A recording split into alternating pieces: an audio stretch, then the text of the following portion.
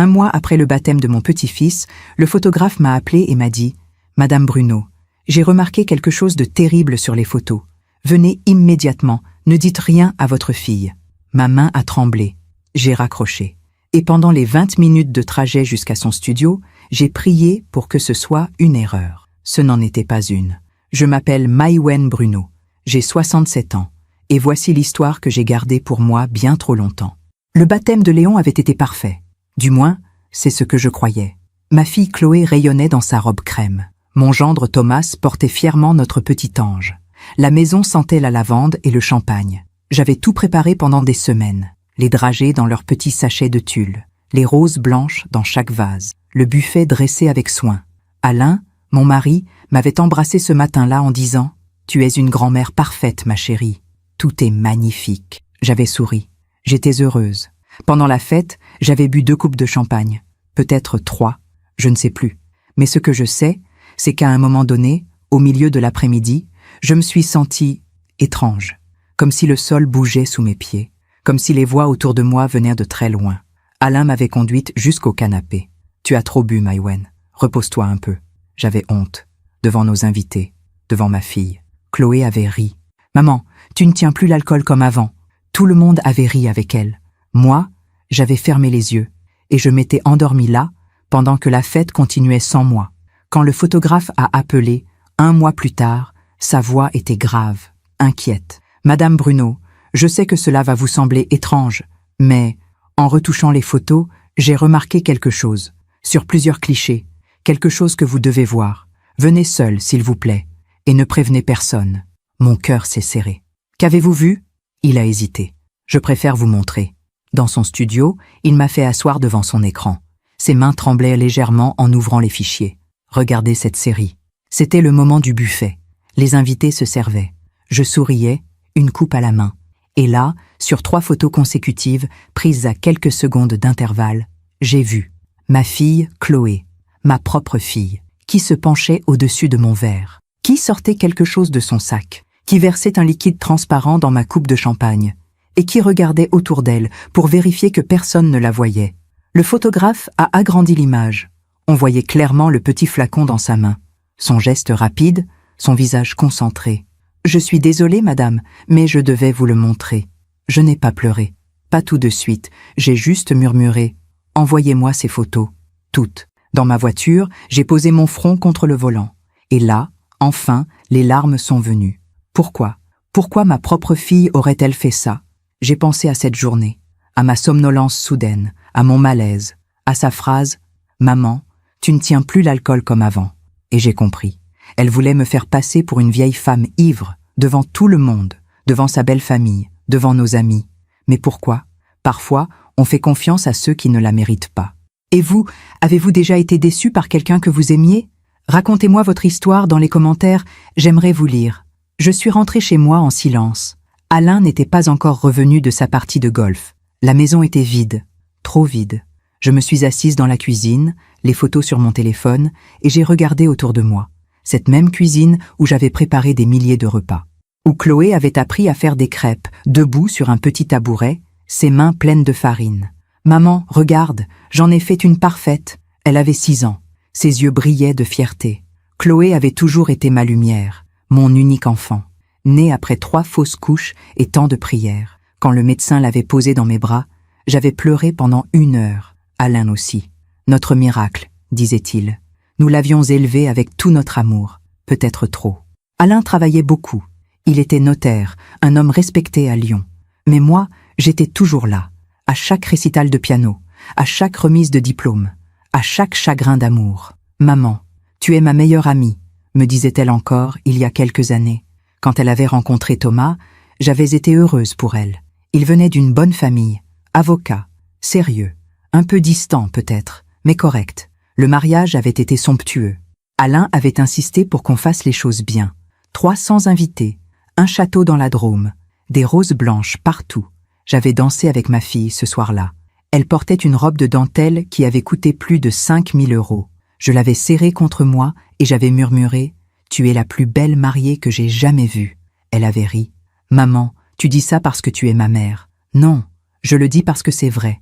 Après le mariage, Ils s'étaient installés dans un appartement que nous leur avions aidé à acheter. 120 mètres carrés dans le 6e arrondissement, vue sur le parc de la Tête d'Or. Alain avait avancé une partie de l'héritage, pour qu'ils démarrent bien dans la vie, avait-il dit. J'allais les voir souvent. Trop souvent, peut-être. Mais Chloé me disait toujours « Maman, tu ne déranges jamais. Viens quand tu veux. » Quand elle est tombée enceinte, j'ai pleuré de joie. Un petit-fils, notre lignée qui continuait. J'avais tricoté des couvertures, acheté des livres sur les grands-mères modernes, préparé une chambre chez nous pour les week-ends. Alain avait installé un lit à barreaux près de notre chambre. « Tu en fais trop, Maïwen », disait-il parfois. Mais il souriait quand il le disait. Le jour où Léon est né, j'étais à la clinique avant même Thomas. Chloé avait voulu que je sois là, dans la salle d'accouchement, à côté d'elle. « Maman, ne me lâche pas la main. Jamais, mon cœur. » Quand j'ai entendu les premiers cris de Léon, j'ai su que ma vie venait de changer à nouveau. Ce petit être rouge et fragile, c'était une partie de moi qui continuait. Une partie de ma fille. Je l'avais bercée pendant des heures. Chloé dormait, épuisée. Thomas était parti chercher du café. Et moi, seule avec mon petit-fils, j'avais chanté la même berceuse que je chantais à Chloé il y a 40 ans. Dors, mon enfant, dors. Les premiers mois avaient été merveilleux. J'allais chez eux 3 fois par semaine. J'aidais avec les lessives, les biberons, les nuits difficiles. Chloé était fatiguée, irritable parfois. C'était normal. Être jeune maman, ce n'est pas facile. « Maman, tu es ma bouée de sauvetage », me disait-elle. Je souriais. J'étais heureuse d'être utile. Et puis est venu le baptême. J'avais tout organisé, tout préparé. La maison décorée, le traiteur, les invitations. Chloé m'avait laissé faire. « Maman, tu as toujours eu si bon goût. Fais ce que tu veux. » J'avais pris ça comme un compliment. Assise dans ma cuisine, 1 mois après cette journée, avec les photos sur mon téléphone, je regardais ce passé heureux et je me demandais à quel moment tout avait-il changé, à quel moment ma fille, ma lumière, mon miracle, était-elle devenue quelqu'un capable de me droguer pendant la fête de son propre fils? J'ai touché la petite tasse en porcelaine posée devant moi, celle que Chloé m'avait offerte pour la fête des mères il y a 10 ans. Dessus, il y avait écrit « À la meilleure maman du monde ». J'ai bu mon thé froid et j'ai pleuré en silence. Alain est rentré vers 18 heures. Je l'ai entendu poser ses clés sur le meuble de l'entrée. Son pas habituel, lourd, fatigué. « Maïwen, tu es là ?» J'ai essuyé mes yeux rapidement. J'ai glissé mon téléphone dans la poche de mon cardigan. Dans la cuisine. Il est entré en desserrant sa cravate. 69 ans, mais toujours élégant. Les cheveux gris bien coiffés, la chemise impeccable. Mon mari avait toujours eu cette prestance naturelle qui rassurait les gens. « Comment s'est passée ta journée ?» a-t-il demandé en m'embrassant distraitement sur le front. « Bien. Et ton golf ? Pas terrible. Michel m'a battu encore une fois. » Il a ri. J'ai souri. Mais mon sourire ne montait pas jusqu'à mes yeux. Il n'a rien remarqué. Ce soir-là, pendant le dîner, j'ai failli tout lui dire. 3 fois, j'ai ouvert la bouche. 3 fois, je me suis arrêtée, parce que quelque chose en moi résistait. Une petite voix qui disait « Et si tu te trompes ? Et si ce n'était pas ce que tu crois ? Et si tu détruis tout pour rien ?» Mais je n'avais pas rêvé ces photos.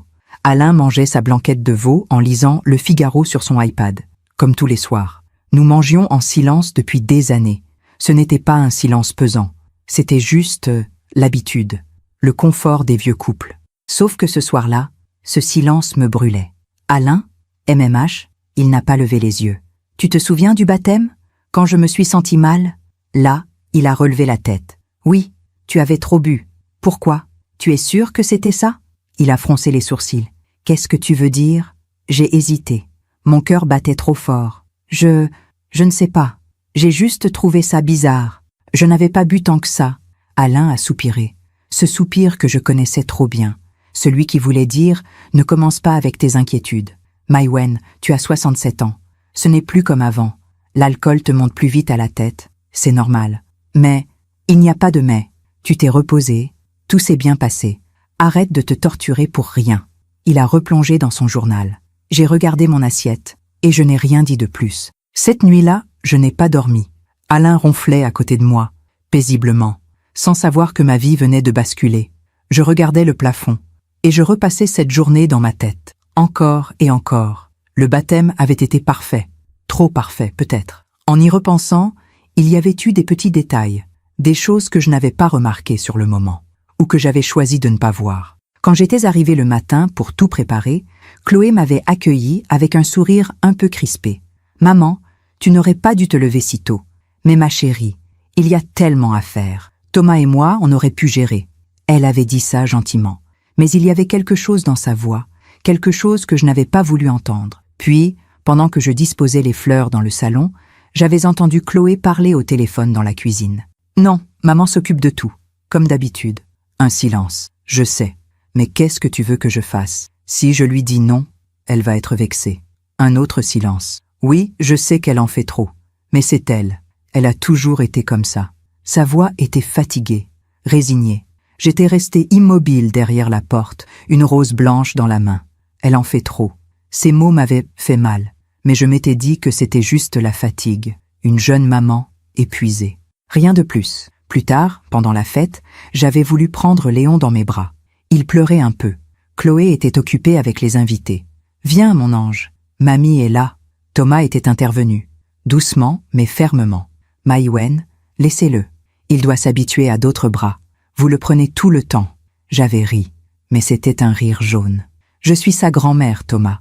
C'est normal que je le prenne dans mes bras. » Bien sûr, mais peut-être pas à chaque fois qu'il pleure. Il m'avait souri. Ce sourire poli et froid qu'il avait toujours avec moi. Chloé s'était approchée. « Maman, Thomas a raison. Tu es adorable, mais il faut que Léon apprenne à se calmer tout seul aussi. » Elle m'avait pris le bébé des bras, gentiment, mais elle me l'avait pris quand même.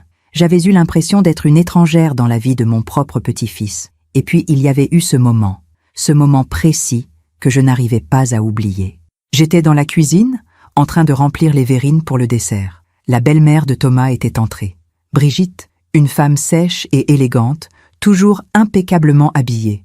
Elle m'avait regardé avec un petit sourire en coin. « Maïwen, vous en faites toujours autant? Pardon? Pour les fêtes, vous organisez toujours tout comme ça? » Eh bien, oui, j'aime que les choses soient belles. C'est admirable. Vraiment. Moi, je laisse ma fille vivre sa vie. Je trouve que c'est important de ne pas être trop envahissante. Le mot était tombé comme une pierre. Envahissante. J'avais continué à remplir mes verrines sans répondre, mais mes mains tremblaient légèrement. Brigitte avait pris une fraise dans le saladier. Mais bon, chacune sa méthode. Je suis sûre que Chloé apprécie, même si parfois les jeunes couples ont besoin d'autonomie, vous comprenez?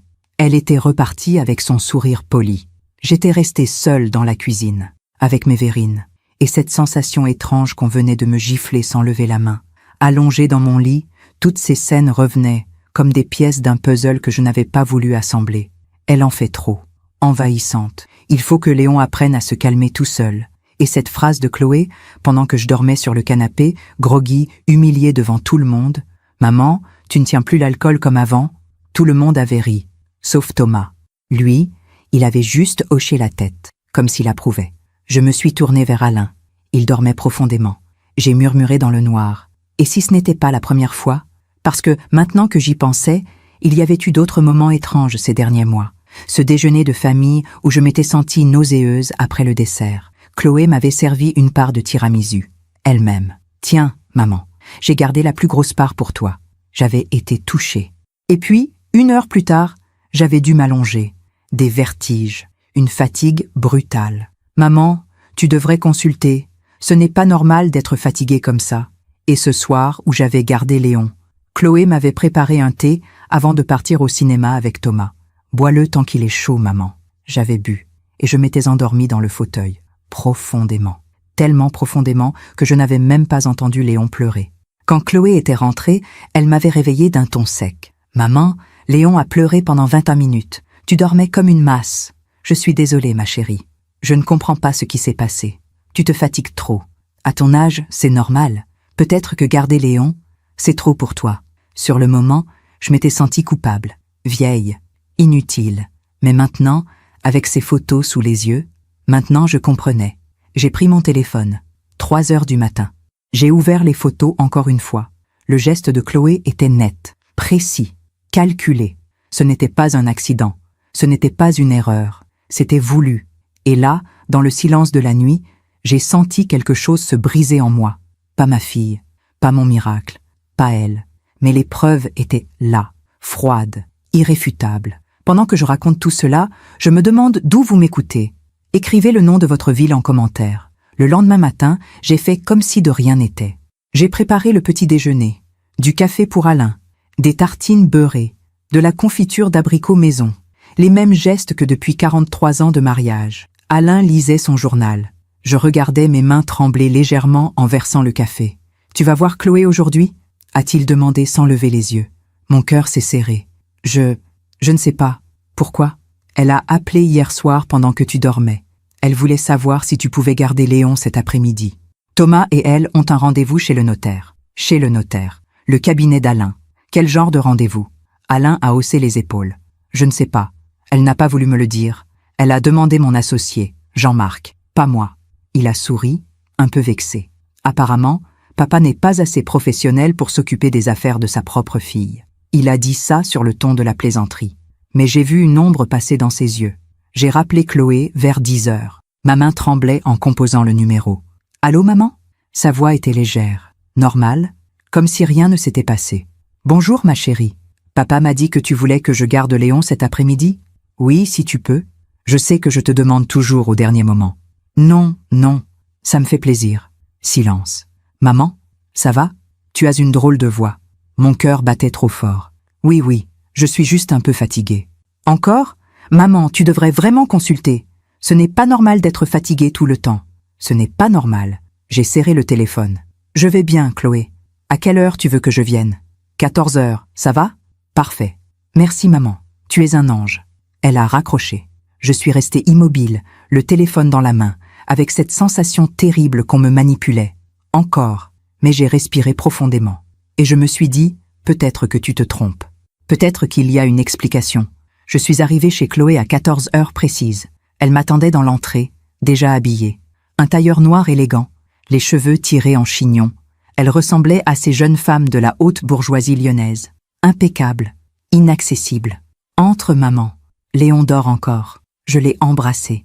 Elle m'a rendu mon baiser. Sur la joue. Vite, froidement. Thomas est descendu de l'étage. Costume gris. Mallette à la main. « Bonjour, Maïwen. »« Bonjour, Thomas. » Il a regardé sa montre. « On y va, Chloé ? On va être en retard. »« J'arrive. » Elle s'est tournée vers moi. « Il y a des biberons préparés dans le frigo. Il devrait dormir encore 1 heure. Si tu as besoin de quelque chose, appelle-moi. »« Ne t'inquiète pas, ma chérie. Tout ira bien. » Elle a hésité. Puis, « Maman ? Oui ? Merci.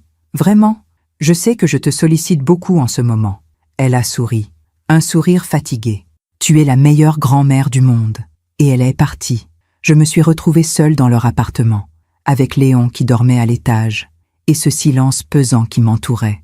J'ai regardé autour de moi, leur salon, meublé avec goût, canapé en cuir beige, table basse en marbre, des photos encadrées sur les étagères, leur mariage, la naissance de Léon, une photo de nous 4, prise l'été dernier en Provence. Nous avions l'air heureux, nous avions l'air d'une famille normale.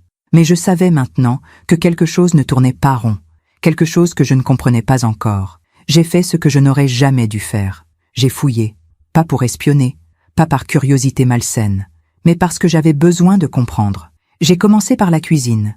J'ai ouvert les placards, les tiroirs, rien d'inhabituel, de la vaisselle, des couverts, des épices bien rangées. Puis, je suis passée au salon. J'ai regardé dans les tiroirs du buffet, des papiers administratifs, des factures, des relevés bancaires. Et là, j'ai trouvé quelque chose, une enveloppe, non cachetée, adressée à Thomas et Chloé, de la part du cabinet notarial Bruno & Associés. J'ai hésité, mes mains tremblaient, et puis j'ai ouvert. C'était un document juridique, complexe, avec des termes que je ne comprenais pas tous, mais certains mots ressortaient.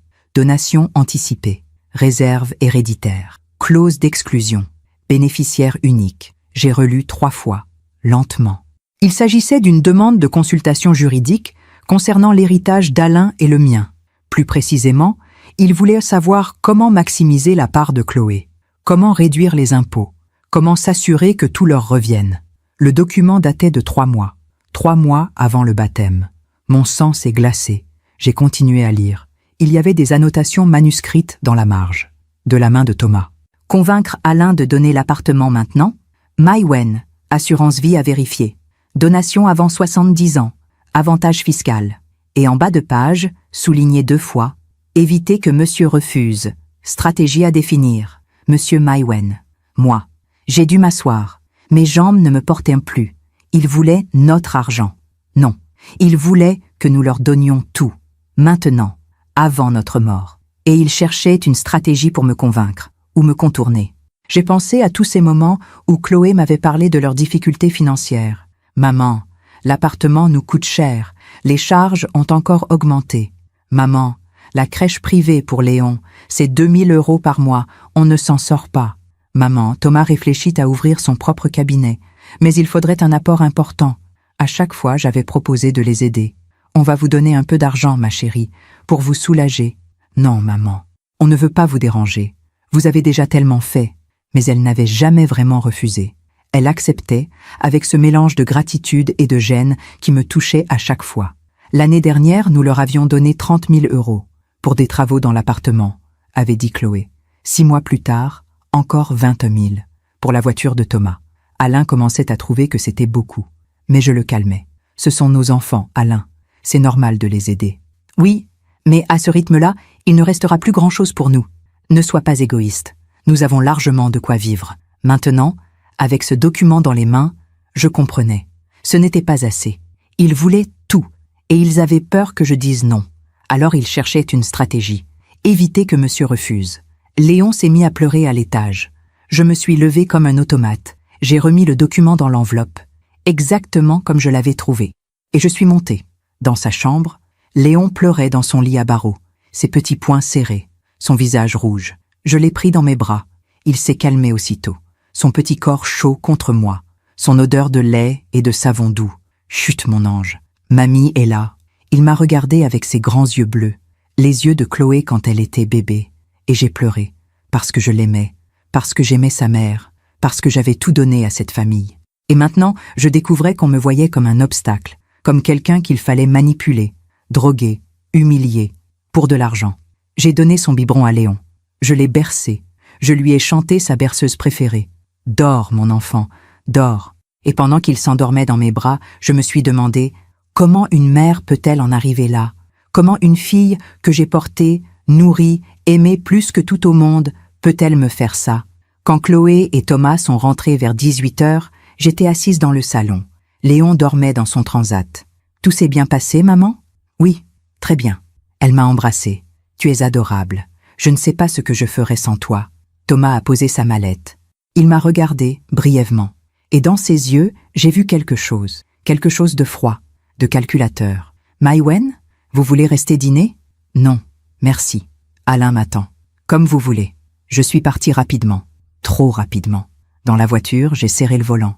Et j'ai réalisé quelque chose de terrible. J'avais peur. Peur de ma propre fille. Peur de ce qu'elle était capable de faire. Mais la partie la plus douloureuse, c'est que je ne disais rien. Je rentrais chez moi. Je souriais à Alain. Je continuais à vivre comme si tout allait bien, parce que j'avais honte, honte d'avoir élevé quelqu'un capable de ça, honte d'admettre que ma fille parfaite, mon miracle, était en train de me détruire petit à petit, honte de briser notre famille si je parlais. Alors j'ai fait ce que font toutes les mères qui aiment trop. Je me suis tue, j'ai avalé ma douleur, et j'ai continué à sourire, parce que c'est ce qu'on attend d'une bonne mère, n'est-ce pas? Qu'elle se sacrifie, qu'elle pardonne, qu'elle se taise, même quand on l'empoisonne, même quand on la vole, même quand on la détruit. Les semaines qui ont suivi ont été un calvaire silencieux. Je continuais ma vie, je souriais, je répondais aux appels de Chloé, je gardais Léon, je préparais des repas, je faisais semblant. Mais à l'intérieur, quelque chose s'était brisé. Chaque fois que je voyais ma fille, je cherchais des signes, des preuves, une explication qui pourrait tout remettre en place. Quelque chose qui me dirait « Tu te trompes, Maïwen, tu as mal compris ». Mais plus j'observais, plus je voyais. Un mardi après-midi, Chloé m'a invité à déjeuner, juste nous deux, au café où nous allions souvent, près du parc de la Tête d'Or. « Maman, ça fait longtemps qu'on n'a pas passé un moment ensemble, juste toi et moi ». Elle avait dit ça avec son sourire d'avant, celui de la petite fille qui venait se blottir contre moi après un cauchemar. J'avais accepté, parce qu'une partie de moi espérait encore. Espérait retrouver ma fille. Nous nous sommes installés en terrasse. Le soleil de mai était doux. Les marronniers étaient en fleurs. Tout était beau. Trop beau. Chloé a commandé une salade. Moi, une quiche lorraine. et un verre de vin blanc. « Maman, tu bois du vin en journée maintenant ?» Sa voix était légère, mais il y avait quelque chose dedans, quelque chose de pointu. « C'est juste un verre, ma chérie. »« Oui, bien sûr. Mais tu sais, avec ce qui s'est passé au baptême ?» Elle a laissé sa phrase en suspens. « Qu'est-ce que tu veux dire ?»« Eh bien, tu t'es endormie, devant tout le monde. C'était un peu embarrassant. Mon cœur s'est serré. Je ne me suis pas endormie parce que j'avais bu trop, Chloé. »« Ah non ?» Elle me regardait, ses yeux bleus, les mêmes que les miens. « Non, je pense que j'étais juste fatiguée. Ou alors, tu ne supportes plus l'alcool comme avant. À ton âge, c'est normal. Papa aussi ne boit presque plus. À ton âge. » Ces mots revenaient sans cesse, comme un poison lent. « J'ai 67 ans, Chloé, pas 90. » Elle a souri, un sourire patient. Le sourire qu'on réserve aux personnes âgées qui ne veulent pas admettre leur fragilité. « Je sais, maman. Mais justement, il faut que tu fasses attention. » Le serveur a apporté nos plats et mon verre de vin. J'ai regardé ce verre et quelque chose en moi a hésité. Chloé parlait de Léon, de ses nuits, de ses progrès. Je l'écoutais à peine. Je fixais mon verre. « Maman, tu m'écoutes ?»« Oui, oui. Pardon. Tu es bizarre en ce moment. »« Non, Si, tu es distante, préoccupée. Il y a quelque chose qui ne va pas ?» Elle avait posé sa main sur la mienne, cette main que j'avais tenue des milliers de fois, quand elle apprenait à marcher, quand elle avait peur, quand elle pleurait. « Non, ma chérie, tout va bien. Tu es sûre ?»« Oui. » Mensonge. Je n'ai pas bu mon verre de vin. Je l'ai laissé là, intouché, pendant tout le déjeuner. Chloé l'a remarqué. « Tu ne le bois pas ?»« Non. Finalement, je n'ai pas soif. Dommage. C'est un excellent blanc. » Elle a souri, et j'ai eu l'impression, juste une seconde, de voir autre chose dans ses yeux, quelque chose de sombre. Mais peut-être que je devenais paranoïaque. À la fin du repas, Chloé a insisté pour payer. « Non, maman, c'est moi qui t'invite. Mais, s'il te plaît, laisse-moi faire plaisir à ma mère. » Elle a souri, et j'ai cédé, comme toujours. En rentrant chez moi, j'ai appelé le cabinet notarial. J'ai demandé à parler à Jean-Marc, l'associé d'Alain. « Maïwen, que puis-je faire pour vous ?»« Jean-Marc, je voulais savoir, ma fille et mon gendre sont venus vous consulter récemment ?» Silence. « Maïwen, vous savez que je ne peux pas parler des dossiers de mes clients, même s'il s'agit de votre fille. Je sais, mais c'est important. Est-ce qu'Alain est au courant de cet appel ? Non. » Nouveau silence. « Maïwen, si vous avez des questions sur votre patrimoine, vous devriez en parler avec votre mari, et éventuellement avec votre fille directement. Donc, ils sont bienvenus vous voir. » Je n'ai pas dit ça. Vous ne l'avez pas nié non plus. Il a soupiré. « Maïwen, je suis désolé. Je ne peux vraiment pas vous en dire plus. Secret professionnel. »« D'accord. Merci quand même, Jean-Marc. » J'ai raccroché. Mon intuition était confirmée. Ils avaient bien consulté. Et Jean-Marc ne pouvait rien me dire. Mais son silence en disait long. Le soir même, Alain m'a annoncé quelque chose. « Maïwen, il faut qu'on parle. » Nous étions dans le salon. La télévision était éteinte. C'était rare. Alain aimait regarder les informations après le dîner. « De quoi ? » ?»« De notre patrimoine. » Mon cœur s'est arrêté. « Qu'est-ce que tu veux dire ?» Il s'est assis à côté de moi. Il avait l'air sérieux, presque gêné. Chloé et Thomas m'ont parlé. Ils ont réfléchi à notre situation et ils pensent qu'il serait sage de commencer à organiser la transmission de nos biens, maintenant, plutôt que d'attendre. Pourquoi maintenant ? Pour des raisons fiscales. Si on leur donne une partie de notre patrimoine avant nos 70 ans, ils paieront beaucoup moins d'impôts. C'est logique. Alain, tu as 69 ans. Moi, 67. On n'est pas en fin de vie. Je sais, mais justement, c'est le bon moment. Le bon moment pour qui ? Il m'a regardé, surpris. Pour Chloé, pour notre fille, pour qu'elle n'ait pas de difficultés financières plus tard. Elle a déjà un appartement que nous avons payé en grande partie. Elle a une voiture. Elle a tout. Oui, mais elle et Thomas veulent investir, ouvrir un cabinet d'avocats, acheter une maison plus grande pour Léon. Ils ont des projets. Et nous ? Nous ? Oui, nous. Est-ce qu'on a pensé à nous ? Alain a froncé les sourcils. Maïwen, qu'est-ce qui te prend ?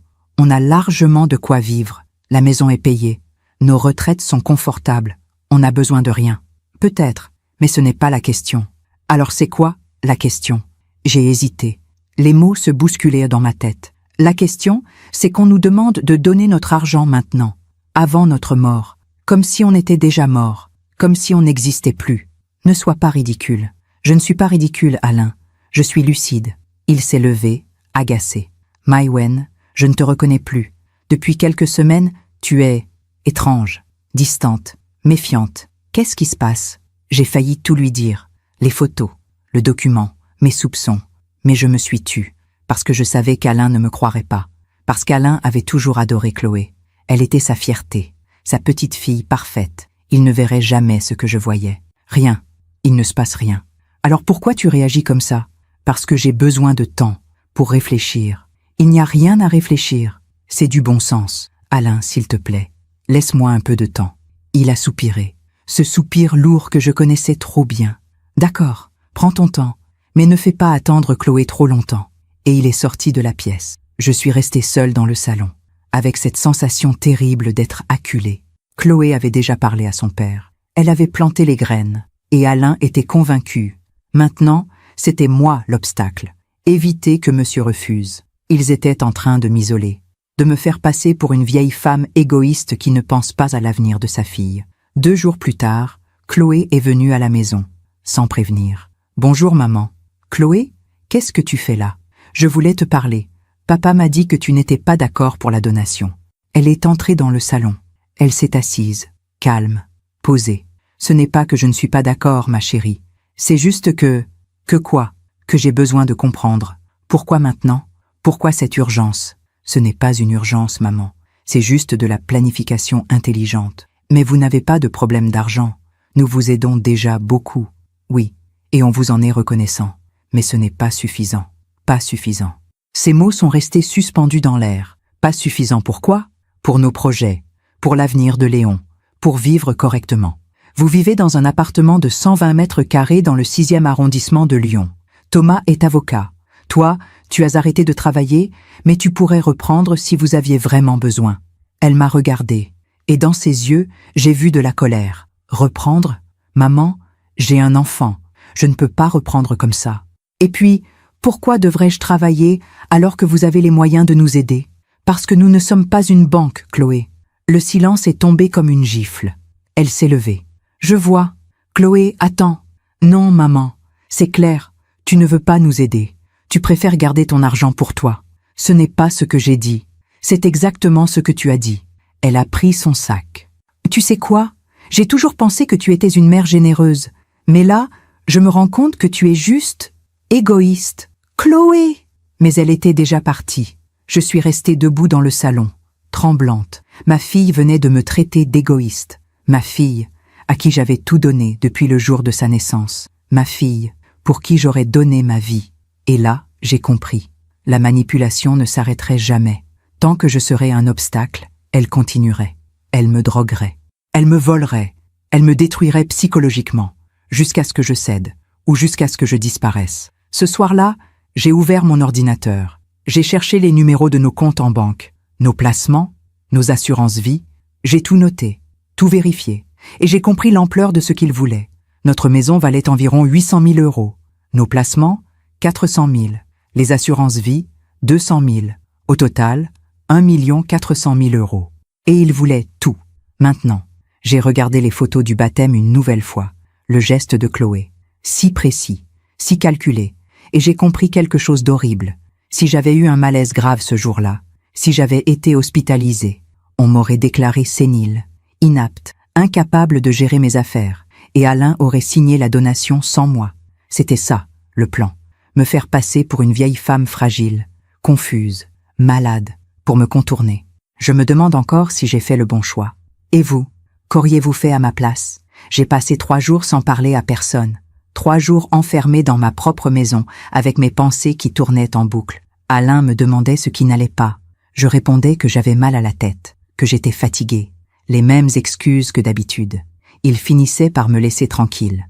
Le 4e jour, j'ai reçu un message de Chloé. « Maman, on peut se voir? J'ai besoin de te parler. C'est important. Viens demain à la maison vers 15 h. Thomas sera là aussi. » Mon estomac s'est noué. Thomas sera là aussi. Ce n'était pas une invitation. C'était une convocation.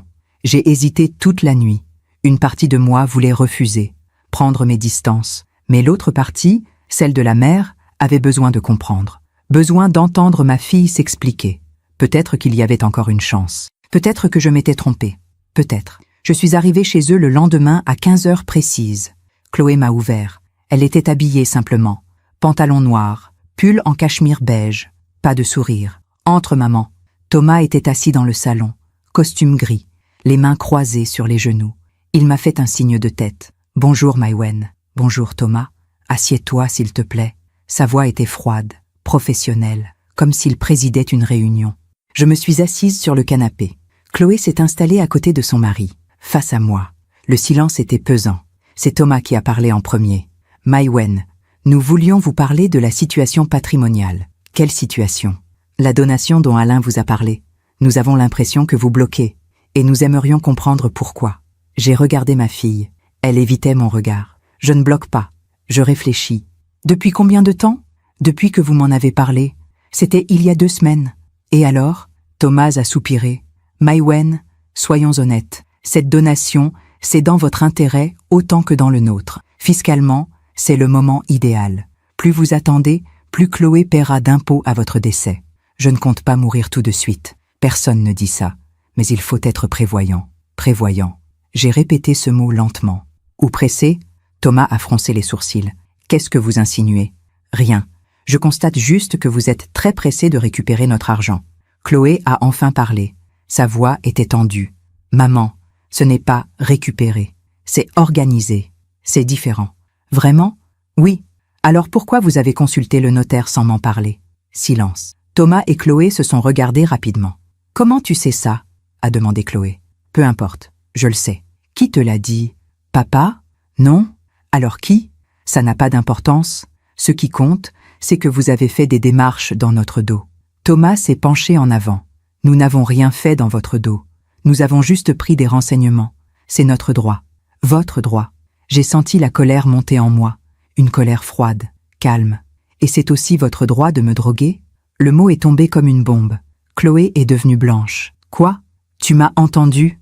Maman, qu'est-ce que tu racontes? Le baptême de Léon. Les photos. Je t'ai vu. Elle a ouvert la bouche, mais aucun son n'est sorti. Thomas, lui, est resté impassible. Trop impassible. Maïwen, je crois que vous divaguez. Je ne divague pas. J'ai les photos.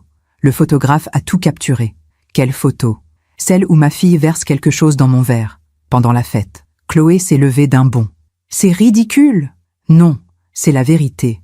Maman, tu deviens paranoïaque? Peut-être, ou peut-être que je commence enfin à voir clair. Thomas s'est levé aussi. Il a posé une main sur l'épaule de Chloé. Un geste de contrôle, pas de réconfort. Maïwen, écoutez-vous. Vous accusez votre propre fille de vous avoir drogué. Vous rendez-vous compte de la gravité de ce que vous dites? Oui. Et vous avez des preuves? Les photos. Montrez-les-nous. J'ai hésité. Mon téléphone était dans mon sac. J'aurais pu les montrer. Mais quelque chose me retenait. Non. Pourquoi? Parce que vous les détruiriez. Thomas a ri. Un rire court, méprisant. Vous voyez? Vous êtes dans une paranoïa totale. Chloé s'est approchée de moi. Ses yeux étaient remplis de larmes. Maman, je ne comprends pas. Qu'est-ce qui t'arrive? Depuis quelques semaines, tu es bizarre, distante, et maintenant, tu m'accuses de choses horribles. Je t'accuse parce que c'est vrai.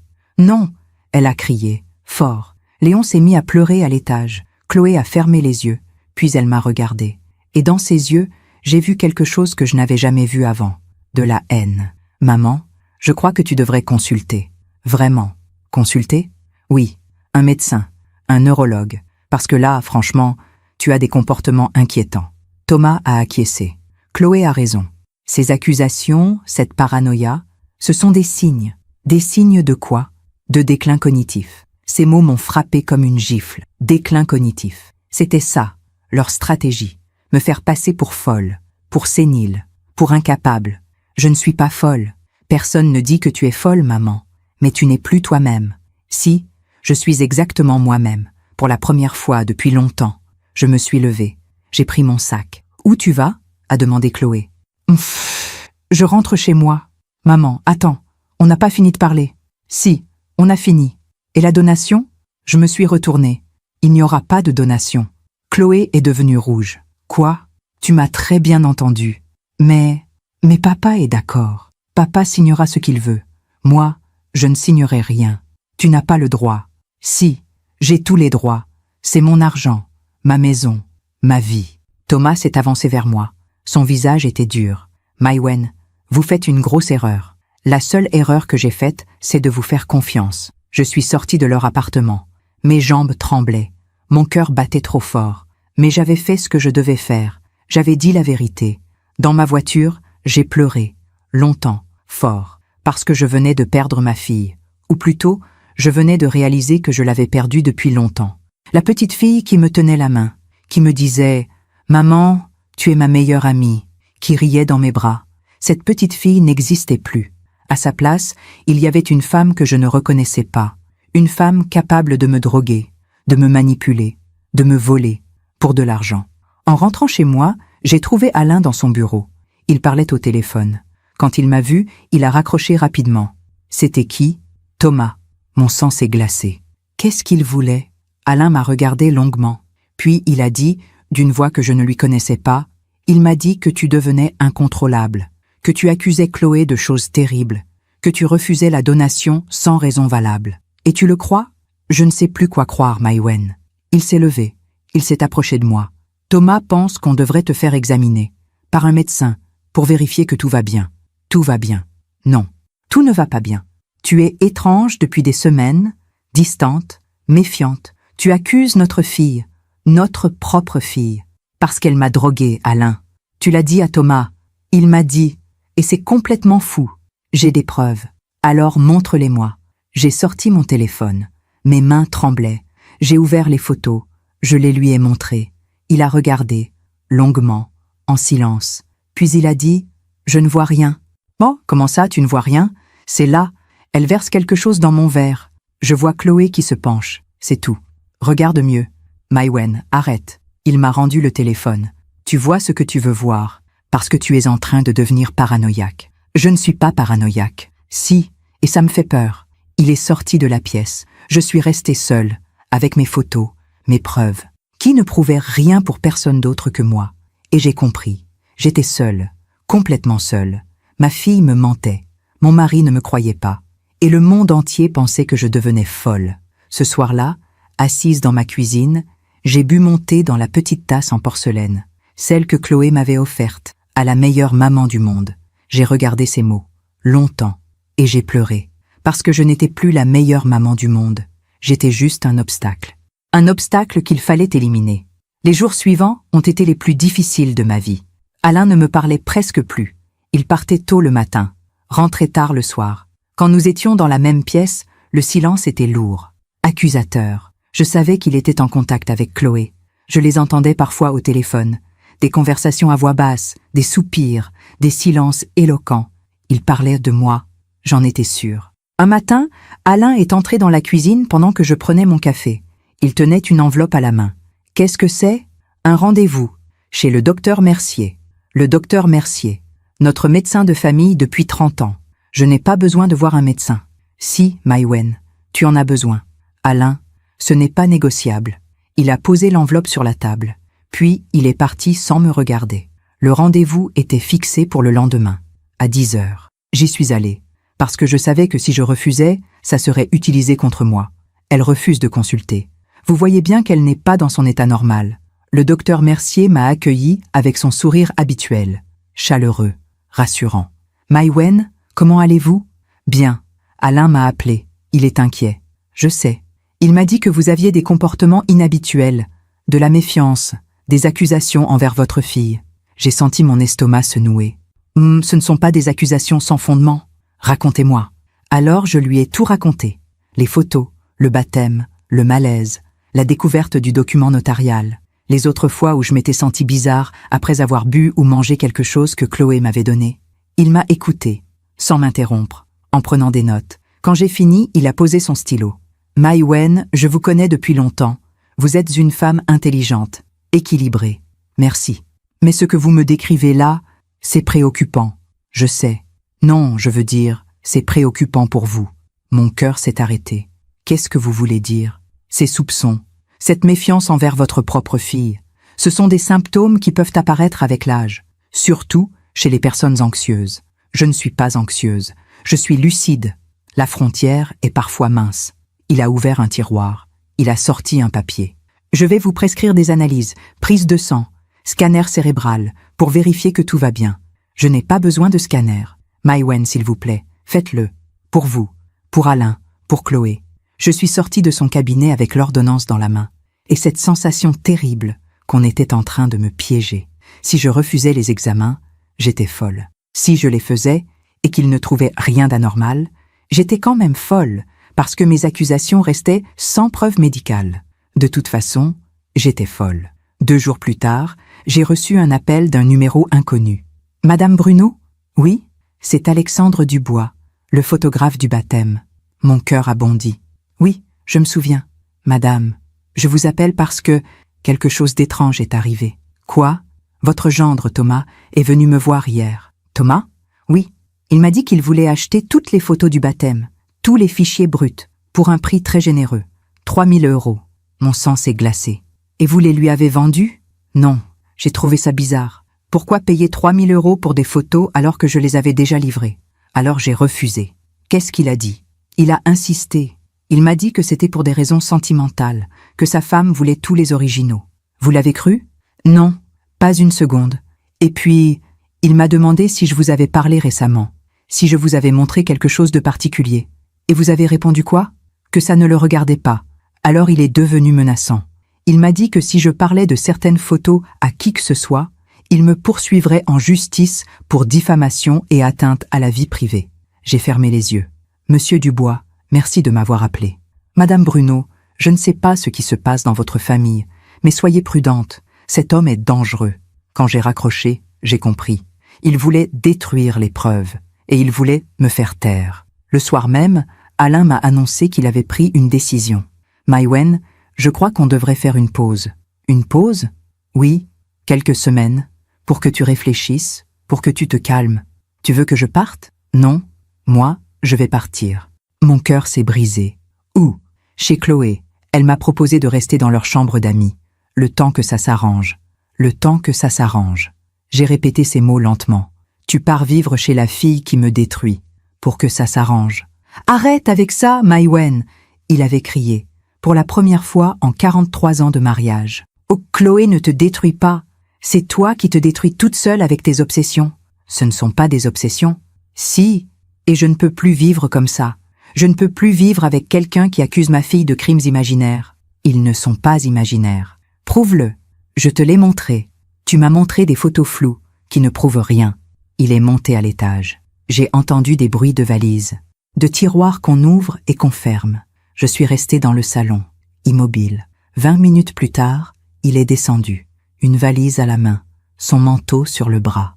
Alain, je t'appellerai. S'il te plaît, ne pars pas. J'ai besoin de temps, Maïwen. Et moi, j'ai besoin de toi. Il m'a regardé, et dans ses yeux, j'ai vu de la pitié. Pas de l'amour, de la pitié. Je t'appellerai. Et il est parti. Je me suis assise sur le canapé. Dans cette maison où nous avions vécu pendant 40 ans, où nous avions élevé notre fille, où nous avions été heureux. Et maintenant, j'étais seule. Mon mari était parti vivre chez ma fille qui me détruisait, et personne ne me croyait. Cette nuit-là, je n'ai pas dormi.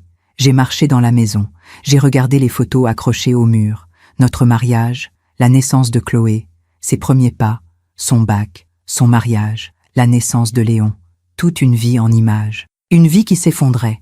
Le lendemain matin, Chloé m'a appelé. « Maman, papa m'a tout raconté. Je sais, je suis désolée que ça en soit arrivé là. » Sa voix était calme, posée, presque compatissante. « Vraiment ? Oui, tu es ma mère, je t'aime, mais tu as besoin d'aide. Je n'ai pas besoin d'aide, Chloé. J'ai besoin que tu arrêtes de me mentir. » Silence. « Tu vois, maman ? Tu recommences. » Je ne recommence pas, je continue, parce que la vérité ne change pas. La vérité, c'est que tu es malade, et que tu refuses de l'admettre. Je ne suis pas malade. Si, et tant que tu ne l'admettras pas, on ne pourra pas t'aider. Je ne veux pas de votre aide. Alors tu vas finir seule, maman. C'est ça que tu veux. J'ai regardé autour de moi, ma cuisine vide, ma maison silencieuse, mon mari parti. J'étais déjà seule. Si c'est le prix de la vérité, oui, elle a soupiré. Très bien. Mais sache une chose, papa et moi, on va prendre soin de toi, que tu le veuilles ou non, parce que c'est notre devoir. Et elle a raccroché. Prendre soin de toi.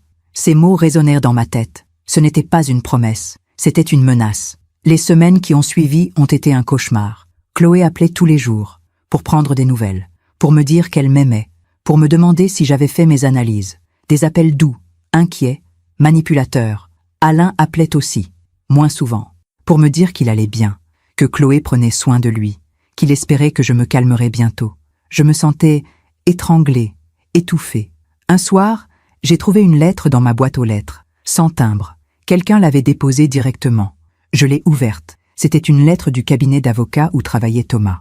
Madame Bruno, nous vous informons que notre client, Madame Chloé Moreau-Bruno, envisage d'engager une procédure de mise sous tutelle à votre encontre, motivée par votre état de santé mentale déclinant et votre incapacité à gérer vos affaires de manière raisonnable. Cette procédure sera engagée si vous continuez à refuser tout examen médical et à proférer des accusations diffamatoires à l'encontre de notre cliente. Nous vous conseillons vivement de consulter un médecin et de vous conformer aux recommandations de votre famille.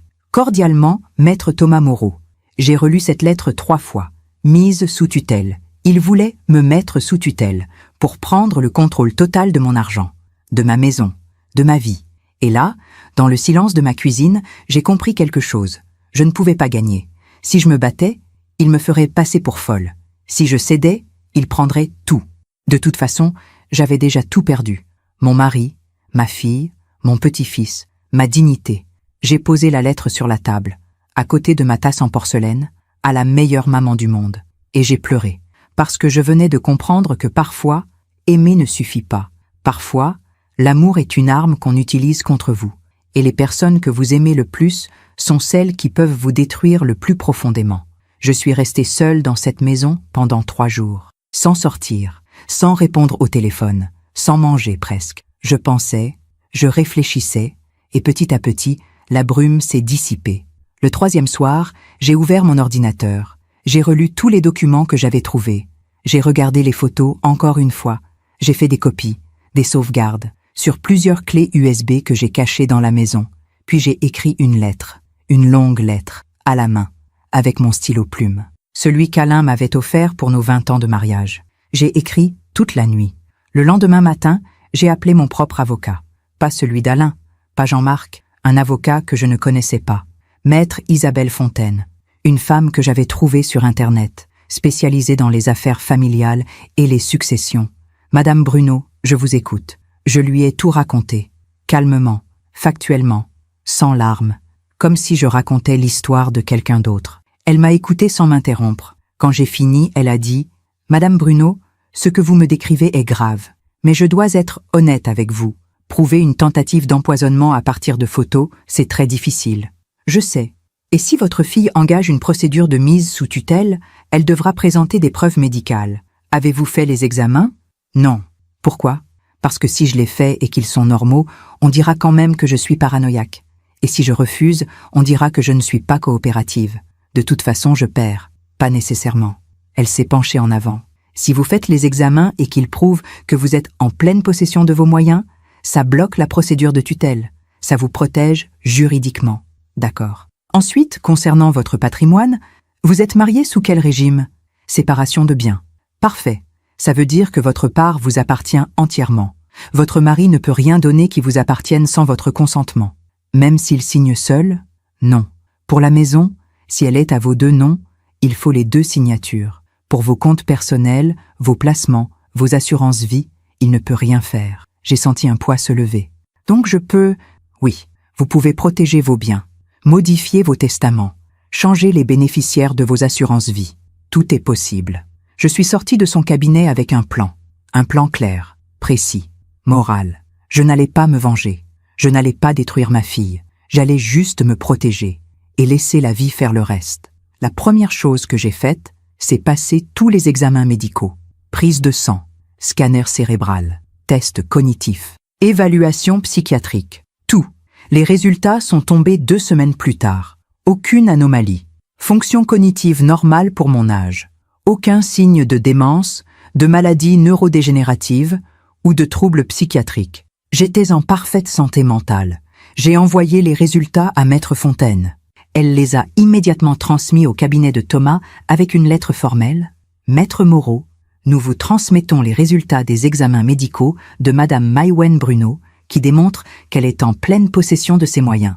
Toute procédure de mise sous tutelle engagée sans fondement médical sera considérée comme abusive et fera l'objet d'une plainte pour harcèlement moral. Cordialement, Maître Isabelle Fontaine. 3 jours plus tard, j'ai reçu un appel de Thomas.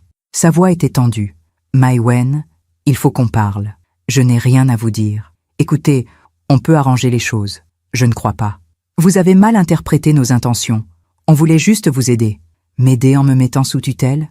Silence. C'était une mesure de précaution, au cas où je refuserais de vous donner mon argent.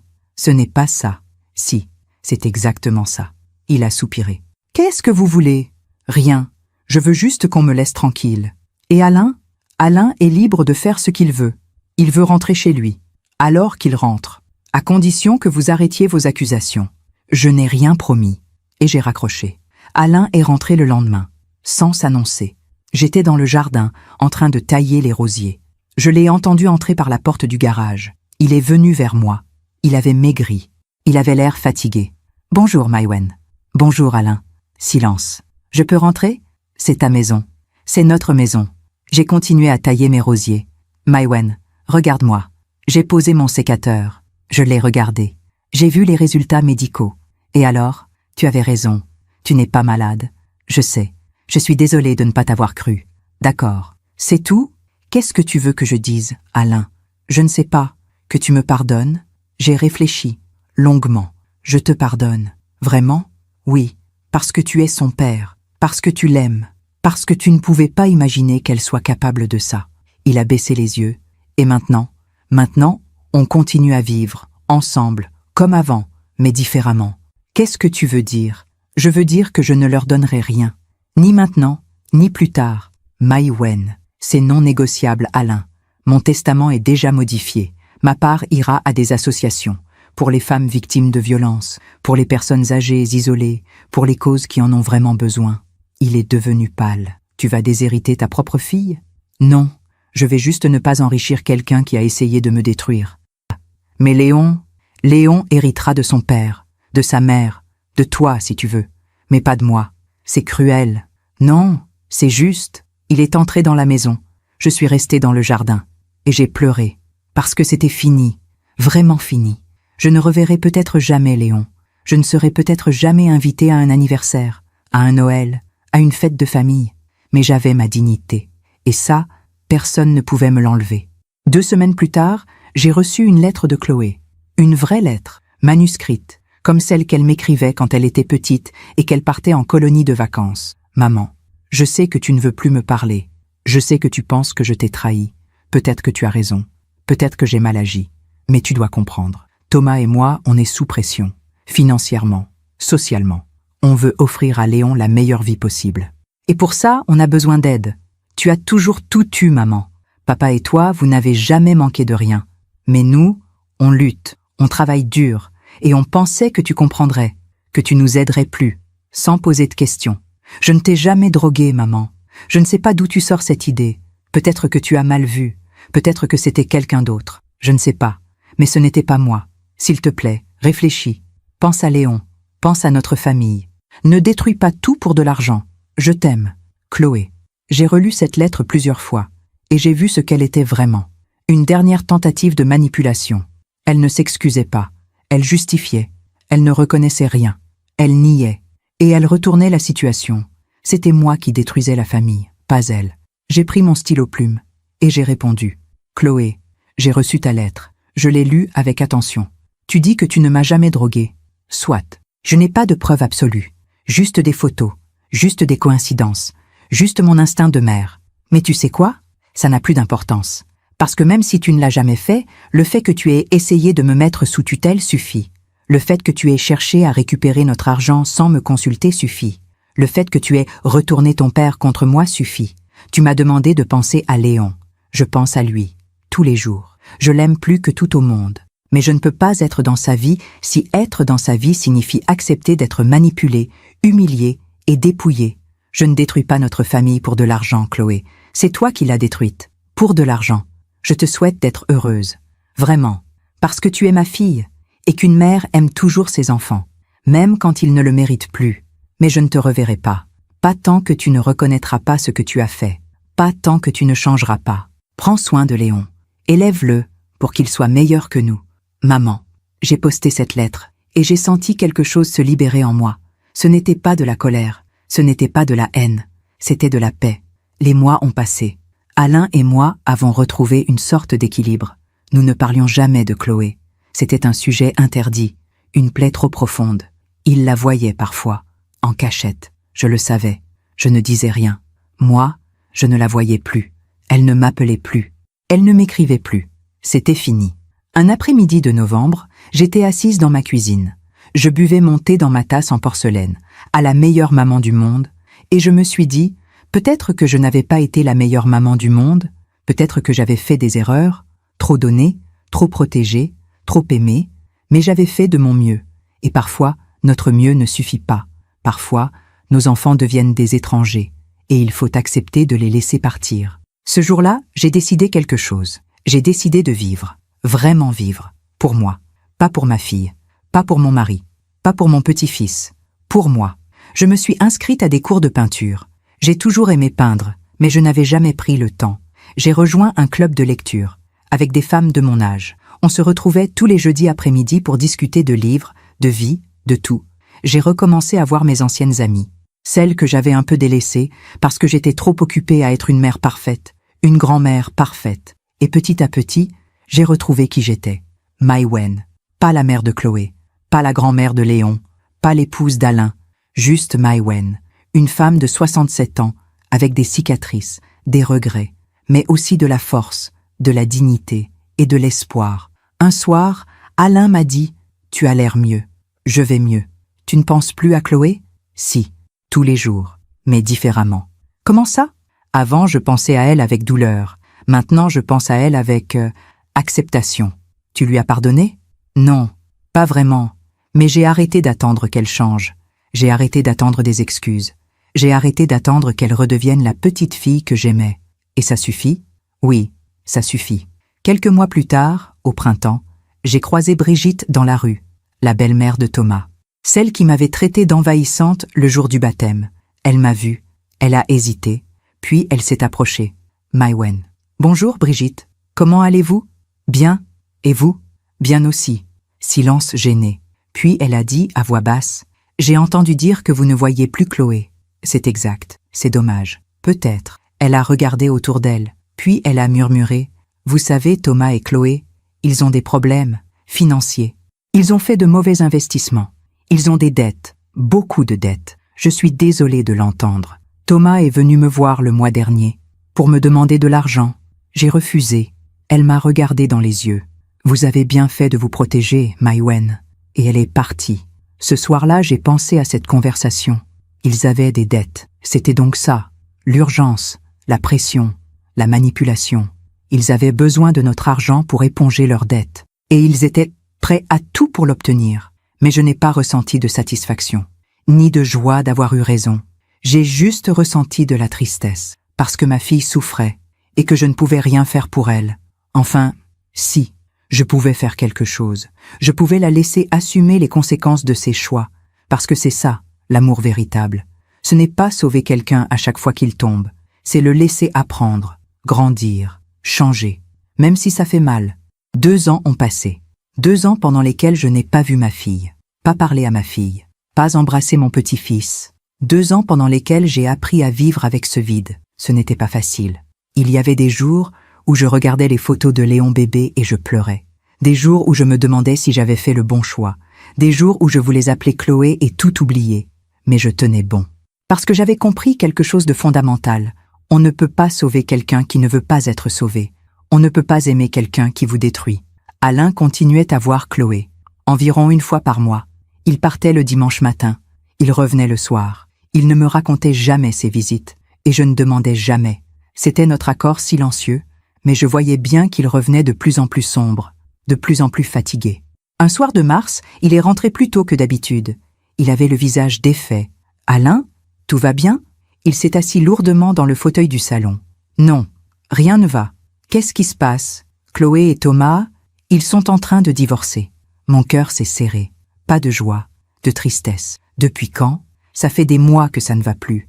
Apparemment, Thomas a eu une liaison avec une de ses collègues, une jeune avocate. Oh mon Dieu! Et ce n'est pas tout. Leur appartement est en vente. Ils ont trop de dettes. Ils ne peuvent plus payer les mensualités. Et Léon? Chloé va déménager. Dans un 2 pièces. Elle cherche du travail. Elle n'a pas travaillé depuis 4 ans. Ce n'est pas facile. Il m'a regardé. Elle a demandé si on pouvait l'aider. J'ai fermé les yeux. Qu'est-ce que tu as répondu? Que je devais t'en parler. Et qu'est-ce que tu veux faire? Il a hésité. Je ne sais pas. C'est notre fille. Elle souffre. Elle souffre parce qu'elle a fait de mauvais choix. Tout le monde fait de mauvais choix, Maïwen. Oui, mais tout le monde ne drogue pas sa mère pour récupérer son argent. Le silence est tombé.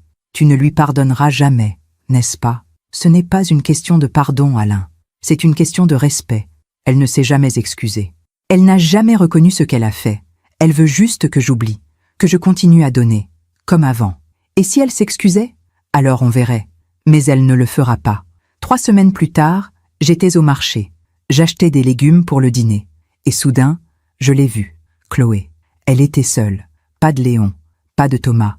Juste elle. Elle avait changé. Maigrie. Des cernes sous les yeux. Les cheveux moins bien coiffés. Elle portait un jean délavé et un pull trop grand. Elle ne m'avait pas vue. J'aurais pu partir, faire demi-tour, l'éviter. Mais quelque chose m'a retenue. Je me suis approchée. Chloé, elle a sursauté. Elle s'est retournée. Maman, nous nous sommes regardés. Longtemps, sans parler. Comment vas-tu? Ai-je fini par demander. Ça va. Mensonge, évident. Papa m'a dit pour Thomas. Elle a baissé les yeux. Oui, c'est fini. Je suis désolée. Vraiment? Sa voix était amère. Oui, je ne te souhaite pas de souffrir, Chloé. Même après tout ce qui s'est passé. Même après que je t'ai droguée. Elle avait dit ça avec des guillemets invisibles dans la voix. Oui, même après ça. Elle a ri. Un rire sans joie. Tu sais quoi, maman?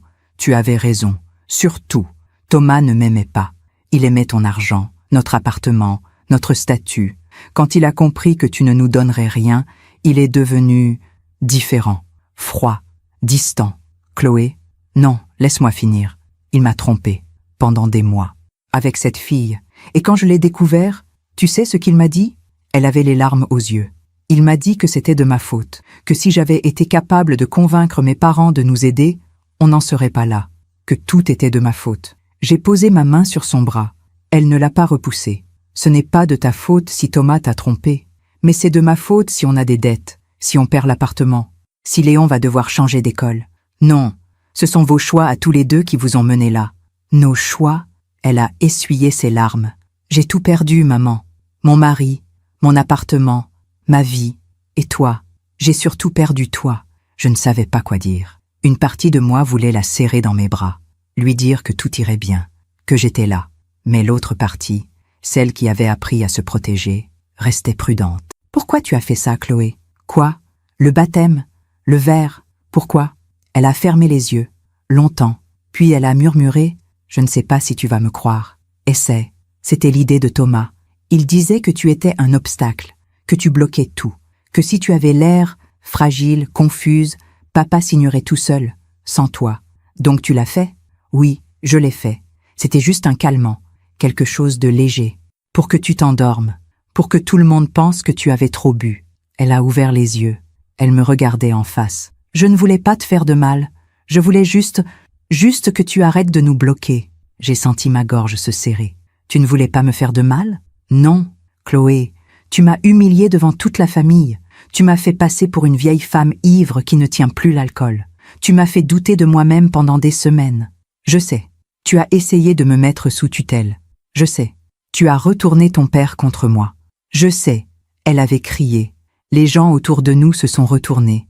Elle a baissé la voix. Je sais, maman. Je sais tout ça. Et je vis avec tous les jours. Nous sommes restées silencieuses, au milieu du marché, avec nos sacs de courses, comme deux étrangères. Est-ce que tu regrettes? Ai-je demandé doucement. Elle a réfléchi. Longtemps. Je regrette de t'avoir perdu. Mais pas de l'avoir fait? Elle n'a pas répondu. Et dans ce silence, j'ai eu ma réponse. Chloé, je ne peux pas revenir en arrière. Je ne peux pas faire comme si rien ne s'était passé. Je sais. Mais je ne te souhaite pas de mal. Je veux que tu t'en sortes. Pour toi. Pour Léon. Sans ton aide. Oui, sans mon aide. Parce que tu dois apprendre à te débrouiller seule. À faire tes propres choix. À assumer tes erreurs. Elle a hoché la tête. Les larmes coulaient sur ses joues. Tu as raison. Comme toujours. Je n'ai pas toujours raison. Mais cette fois, oui, je suis parti, sans me retourner. Et en marchant vers ma voiture, j'ai pensé à cette expression. La vie finit toujours par rendre ce qu'on lui donne. Chloé m'avait trahi, manipulé, humilié. Et maintenant, elle était trahie, manipulée, humiliée. Pas par moi, par la vie elle-même. Les mois suivants, j'ai eu des nouvelles par Alain. Chloé avait retrouvé un travail, assistante juridique dans un petit cabinet. Le salaire était modeste, mais c'était un début. Elle avait déménagé dans un appartement de 50 mètres carrés, dans un quartier moins chic. Léon partageait sa chambre. Le divorce était en cours, long, douloureux. Thomas se battait pour ne pas payer de pension alimentaire. Il prétend qu'il n'a pas d'argent, m'a dit Alain, alors qu'il vient d'acheter une nouvelle voiture. Un soir, Alain m'a montré une photo sur son téléphone. Chloé et Léon, dans leur nouvel appartement. Léon avait grandi. Il avait 4 ans maintenant. Il ressemblait à sa mère au même âge. Elle a l'air fatiguée, ai-je dit. Elle l'est. Elle travaille toute la journée. Elle s'occupe de Léon le soir. Elle n'a plus d'aide, plus de nounou, plus de moi, plus de toi. C'est ce qu'elle voulait, l'indépendance. Oui, mais je crois qu'elle ne pensait pas que ça serait aussi dur. Je regardais cette photo. Ma fille, mon petit-fils, dans un petit appartement, avec une vie difficile, et je n'ai pas ressenti de satisfaction, ni de revanche, juste de la tristesse, parce que j'aurais aimé que les choses se passent autrement. J'aurais aimé être une grand-mère présente, une mère aimante. Mais on ne peut pas forcer les relations. On ne peut pas pardonner ce qui n'a pas été reconnu. 6 mois plus tard, j'ai reçu une lettre de Chloé. Maman, je ne sais pas si tu liras cette lettre. Je ne sais même pas si tu l'ouvriras. Mais il fallait que je l'écrive. Tu avais raison. Surtout, Thomas ne m'aimait pas. Il aimait l'argent, le statut. Et moi, aveuglé par l'ambition, par l'envie de paraître, j'ai tout sacrifié, y compris toi. Ce que j'ai fait le jour du baptême était impardonnable. Je le sais maintenant. Sur le moment, je me suis dit que c'était juste un petit mensonge, un petit arrangement, que tu ne t'en rendrais même pas compte. Mais je t'ai humilié, je t'ai trahi, j'ai brisé ta confiance. Et le pire, c'est que je n'ai pas eu le courage de le reconnaître. Je t'ai laissé souffrir, douter, pleurer. Aujourd'hui, je vis seule avec Léon. J'ai un petit appartement, un petit salaire, une petite vie. Mais pour la première fois depuis longtemps, je dors la nuit. Parce que je ne mens plus, je ne manipule plus, je ne triche plus. Je ne te demande rien, maman. Ni pardon, ni argent, ni aide. Je voulais juste que tu saches que tu avais raison. Et que malgré tout, malgré mes erreurs, malgré mes fautes, je t'aime. Chloé. J'ai relu cette lettre plusieurs fois. C'était la première fois qu'elle reconnaissait vraiment. La première fois qu'elle s'excusait vraiment. Pas pour obtenir quelque chose, juste pour dire la vérité. J'ai montré la lettre à Alain. Qu'est-ce que tu vas faire? Je ne sais pas encore. Tu vas lui répondre? Peut-être, un jour. Et tu vas la revoir? J'ai réfléchi. Peut-être, un jour, quand je serai prête, quand elle aura prouvé que ce n'était pas juste des mots. Parce que c'est ça, la vraie justice. Ce n'est pas la vengeance, ce n'est pas la punition, c'est le temps. Le temps qui révèle qui nous sommes vraiment. Le temps qui fait payer nos erreurs, le temps qui nous apprend. Elle m'avait traité de folle, d'égoïste, d'obstacle. Et des années plus tard, la vie lui avait montré qui était vraiment l'obstacle. Non pas moi, mais elle-même. Ses mensonges, son avidité, sa manipulation.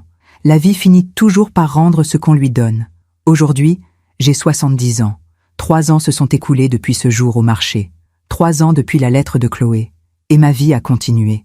Différemment. Mais elle a continué. Alain et moi vivons toujours dans notre maison. Nous avons vieilli ensemble, avec nos silences, nos habitudes, nos petites tendresses retrouvées. Il voit Chloé régulièrement, environ 2 fois par mois. Il voit Léon aussi. Il me raconte un peu, pas trop. Juste ce qu'il faut pour que je sache qu'ils vont bien. Chloé travaille toujours. Elle a été promue l'année dernière. Elle gagne mieux sa vie. Elle a déménagé dans un 3 pièces. Léon a sa propre chambre maintenant. Thomas a refait sa vie avec sa maîtresse. Ils ont eu un enfant ensemble. Il voit Léon un week-end sur 2, parfois moins. Moi, je ne les ai pas revus, pas encore, non pas par rancune, mais parce que j'ai appris quelque chose de fondamental au cours de ces années. Il faut du temps pour guérir, pour reconstruire, pour pardonner vraiment. Et je ne suis pas encore prête, peut-être un jour, peut-être jamais, et c'est mon droit. Mes journées sont remplies. J'ai mes cours de peinture, mon club de lecture, mes amis. Je fais du bénévolat dans une association qui aide les femmes victimes de violences domestiques. C'est étrange. Après ce que j'ai vécu, je me suis rendu compte que la violence n'est pas toujours physique. Elle peut être psychologique, émotionnelle, financière. Et ces femmes que j'aide, je les comprends. Parce que j'ai été à leur place, manipulée, isolée, douteuse de moi-même. Il y a quelques mois, j'ai peint un tableau. Mon premier vrai tableau. Pas un exercice, pas une copie, une création. J'ai peint une tasse en porcelaine, sur une table en bois, avec la lumière du matin qui entre par la fenêtre. Sur la tasse, on peut lire « À la meilleure maman du monde ». Mais la tasse est vide. Mon professeur de peinture m'a demandé pourquoi. « Parce que c'est comme ça », ai-je répondu. Il n'a pas compris. Mais moi, je savais. La tasse était vide parce que j'avais arrêté de me remplir des attentes des autres.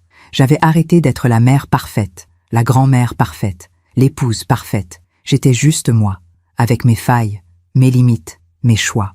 Il y a 2 semaines, j'ai reçu un dessin par la poste, un dessin d'enfant, maladroit, coloré. C'était une maison, avec 3 personnes devant, une grande, une moyenne, une petite. Au dos, il y avait écrit de la main de Chloé. Léon a dessiné ça à l'école. Quand la maîtresse lui a demandé qui c'était, il a dit « C'est mamie, maman et moi. Il se souvient de toi, maman. Il demande souvent quand il te reverra. Je ne t'envoie pas ça pour te faire culpabiliser. Je te l'envoie parce que je voulais que tu saches que tu existes toujours dans nos vies. Même à distance. Prends soin de toi. Chloé. » J'ai accroché ce dessin sur mon réfrigérateur, pas par sentimentalisme, mais parce qu'il représente quelque chose d'important. L'espoir. L'espoir qu'un jour, peut-être, on pourra reconstruire quelque chose. Pas comme avant, différemment, plus sainement. Alain m'a dit l'autre jour, « Tu sais, Chloé a beaucoup changé. » Ah oui? Oui. Elle est plus humble, plus vraie. Elle travaille dur. Elle élève Léon seule. Elle ne se plaint jamais. C'est bien. Tu ne veux toujours pas la voir? J'ai réfléchi. Un jour peut-être, quand je sentirai que c'est le bon moment. Et si elle attend toute sa vie? Alors elle attendra. Comme j'ai attendu des excuses pendant des années. Il a hoché la tête. Il a compris. Ce matin, j'étais dans mon jardin. Je taillais mes rosiers. Le soleil était doux. Les oiseaux chantaient. Et j'ai pensé à tout ce chemin parcouru. Il y a 3 ans, j'étais effondrée, brisée, seule. Aujourd'hui, je suis debout, reconstruite, entourée, pas par ma fille, pas par mon petit-fils, mais par moi-même, par mes choix, par ma force. On me demande souvent, « Tu ne regrettes pas ?» Regretter quoi? D'avoir dit non? D'avoir refusé d'être manipulée? D'avoir choisi ma dignité plutôt que la paix familiale à tout prix? Non, je ne regrette rien. Parce que j'ai appris quelque chose de précieux.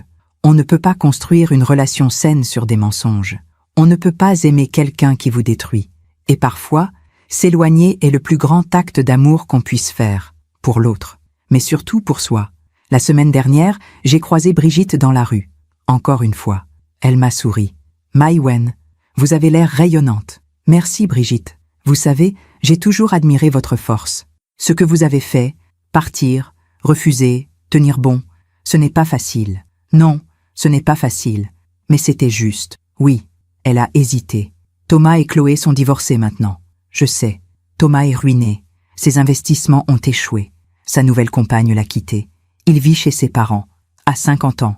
Je suis désolée de l'entendre. Non, vous ne l'êtes pas. Elle avait raison. Je ne l'étais pas vraiment. La vie a une drôle de façon de rendre les comptes, n'est-ce pas? A-t-elle ajouté. Oui, une drôle de façon. Ce soir, Alain et moi sommes assis sur notre terrasse. Nous buvons du thé. Moi dans ma tasse en porcelaine. Lui dans sa tasse bleue préférée. Le soleil se couche sur Lyon. Les lumières s'allument une à une. À quoi tu penses? Demande Alain. À rien. À tout. C'est vague. Je souris. Je pense que la vie est étrange. On passe des années à construire quelque chose. Une famille, un amour, un héritage. Et parfois, tout s'effondre. En quelques mois. En quelques choix. Et après, on reconstruit. Différemment. Avec ce qui reste. Et c'est suffisant? Oui, c'est suffisant. Je repense à cette phrase que j'avais lue il y a longtemps, dans un livre dont j'ai oublié le titre. On ne perd jamais vraiment les gens qu'on aime. On perd juste l'illusion de qui on pensait qu'ils étaient. Ma fille n'était pas celle que je croyais. Mon mari non plus, peut-être. Moi non plus. Nous étions tous imparfaits, blessés, capables du meilleur et du pire. Mais nous étions humains. Est-ce que je reverrai Chloé un jour? Honnêtement, je ne sais pas. Est-ce que je lui pardonnerai vraiment? Peut-être, avec le temps. Est-ce que je regretterai d'avoir perdu ces années avec Léon? Oui, tous les jours. Mais est-ce que je changerais quelque chose à mes choix? Non, parce que ces choix m'ont sauvée. Ils m'ont permis de me retrouver, de me respecter, de vivre avec dignité. Alors, si mon histoire peut aider, ne serait-ce qu'une femme à ouvrir les yeux, à dire non, à choisir sa dignité plutôt que la manipulation, à comprendre qu'on peut aimer quelqu'un et en même temps se protéger de lui, alors tout cela aura eu un sens, parce que c'est ça la vraie sagesse. Ce n'est pas d'avoir toutes les réponses, ce n'est pas d'être parfaite, c'est de savoir quand il faut tenir bon, quand il faut partir, quand il faut pardonner, et quand il faut juste vivre pour soi. Je regarde Alain, il sourit, il prend ma main. Je t'aime, Maïwenn, je t'aime aussi. Et c'est vrai, malgré tout, malgré ses doutes, ses erreurs, son départ, parce que lui aussi a appris, lui aussi a changé. Et nous sommes là, ensemble, plus forts qu'avant. Le téléphone sonne. C'est Sylvie, mon amie du club de lecture. Maïwenn, on se voit toujours jeudi? Bien sûr. Quel livre on lit cette semaine? Les âmes grises de Philippe Claudel. Parfait. À jeudi. Je raccroche. Alain me regarde. Tu es heureuse? Je réfléchis. Honnêtement, oui, je crois que oui. Même sans Chloé? Même sans Chloé. Pour l'instant. Parce que le bonheur, ce n'est pas d'avoir tout ce qu'on veut. C'est d'accepter ce qu'on a et de construire avec. Ce soir, avant de dormir, je regarde le dessin de Léon sur mon réfrigérateur, la maison, les 3 personnes, et je murmure dans le silence, « Un jour, mon petit, un jour peut-être, mais ce jour n'est pas aujourd'hui. Aujourd'hui, je vis, pour moi, et c'est déjà beaucoup. Merci de m'avoir écouté jusqu'au bout. Si cette histoire a touché votre cœur, abonnez-vous et activez la cloche pour entendre d'autres femmes qui ont transformé la douleur en sagesse. Chaque jour, une femme, une leçon de vie. Partagez cette histoire avec quelqu'un que vous aimez. Parfois, une histoire change toute une journée. Que Dieu vous bénisse et à très bientôt.